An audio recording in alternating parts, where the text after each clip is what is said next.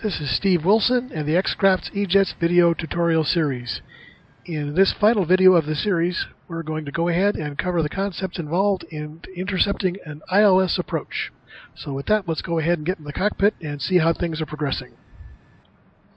Alrighty, we're just about on the approach path to Tucson International Airport at this point, and I've gone ahead and I've selected, let's go to the radio page actually, 111.7 is the correct ILS frequency. Let's get that into nav1, and let's get back up to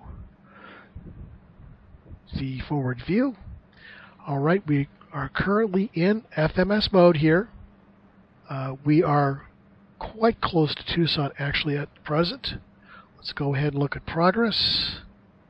Okay, Tucson's about 22 miles away, so we're a little bit early. I'm going to go ahead and wait a while before I turn the ILS on. So we'll just go ahead and leave it in FMS mode for now. Let's get back to the forward view. Keep track of things. We're at 6,000 feet, and we are on, still using VNAV for our descent, which is what I would normally do. I've set the speed at 250. We are on auto throttle, and everything is nice and stable. Always doing a cross-check to make sure everything is going according to Hoyle. And I'm going to go ahead and wait, let's see, roughly until right about Wayson or so before I go ahead and turn things over to the navigation, the radio navigation system, basically changing from FMS to nav1. The circle is nav1. The diamond is nav2. Okay, let's watch where we're going. And of course, as I get closer to the airport, I am going to go ahead and slow the aircraft down somewhat. Let's go ahead and review our approach speeds. Head back over to the FMS. Go to perf 3. And there we are. Okay. I don't have a landing weight entered at this point in time, no biggie. I didn't go through that process, so therefore I don't have a weight. Let's go ahead and estimate something. Let's go ahead back to perf 2 and perf 1. So total weight right now is about 65,000 pounds. Let's go ahead and just wag it and call it 64.5. Let's go ahead, 64,500. Enter that in predicted landing weight, and that gives me rough speeds here. So let's see, flaps 2, which is fairly normal early on, about 150 knots. That's the number I want to have in my head as I want to start slowing down for my final approach. All right, let's get back to the forward view. Do a quick instrument cross-check to see where we're at. Head back to progress. Things are pretty busy when you're approaching an airport.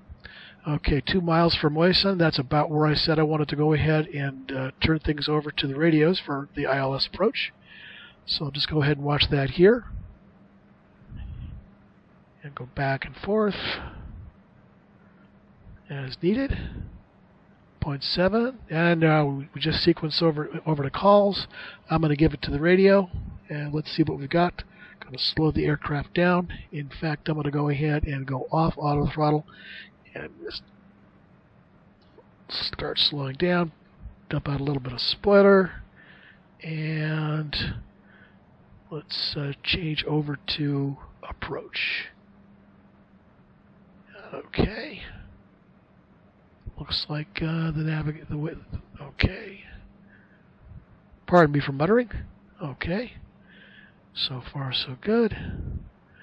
And approach and the glide slope are armed.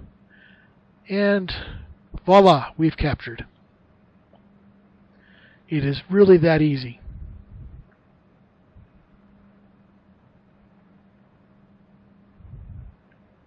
Alternatively, before selecting glide slope, I could have selected approach as well. And then, of course, selected glide slope. And just want to be sure and monitor our airspeeds as we start getting slower. Go ahead and retract our spoilers. And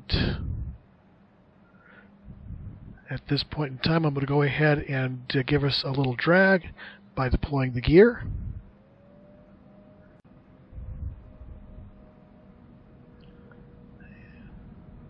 And there we go.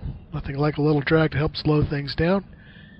And I'll go ahead and throttle up a little bit, maintain my airspeed. Don't want to be too eager.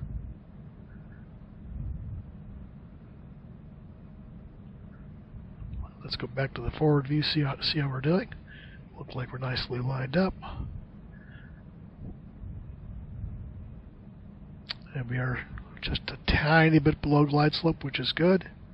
Still a little bit on the fast side, so I'll just go ahead and give us a little more drag.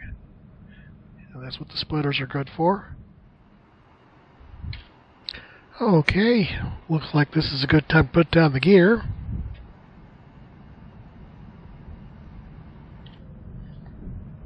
Still looking good. Slowing down through 150. Looks like I got a little hot there. And as we continue to slow down, I'll add flaps. This is going to give us a little bit of a balloon. And that's good, that's good. More flaps. Hold the nose. Still more flaps. Get rid of the splitters. Add a little throttle. And we're still needle centered. Too white, too red, looks good. And watch that airspeed. Don't let the bottom fall out. That's good. It's been a while since I've done this, but we'll see. Don't want to break the airplane. Not a good thing to do on a tutorial video. And we are there. Just add a little bit of a flare. Oh, one bounce. Okay, I log that as 2 landings. And we are on the ground. All right. And that about wraps it up for this approach, and as well for the video series as a whole. It's been a lot of fun. Thank you for your time and attention. Hope you got something out of it.